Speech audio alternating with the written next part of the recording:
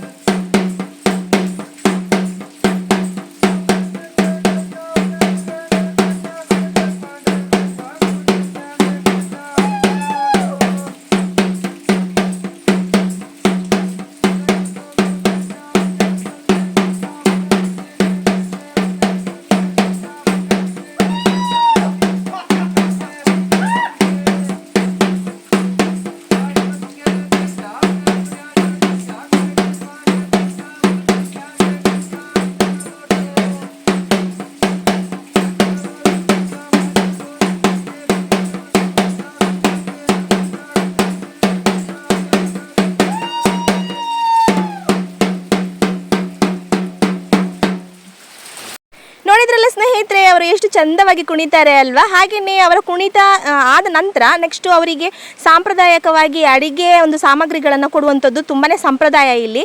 ಅಕ್ಕಿ ಆಗಿರ್ಬೋದು, ಕಾಯಿ, ಉಪ್ಪು, ಹುಳಿ, ಮೆಣಸು, ಕೊತ್ತಂಬರಿ, ಜೀರಿಗೆ, ಹಾಗೆಯೇ ಒಂದು ಅಡುಗೆಗೆ ಬೇಕಾಗುವಂತಹ ಎಲ್ಲ ಒಂದು ಸಾಮಗ್ರಿಗಳನ್ನು ಕೊಡುವಂಥದ್ದು. ಅದರ ಜೊತೆಗೆ ದಕ್ಷಿಣೆ ಕೂಡ ಕೆಲವರು ಕೊಡ್ತಾರೆ.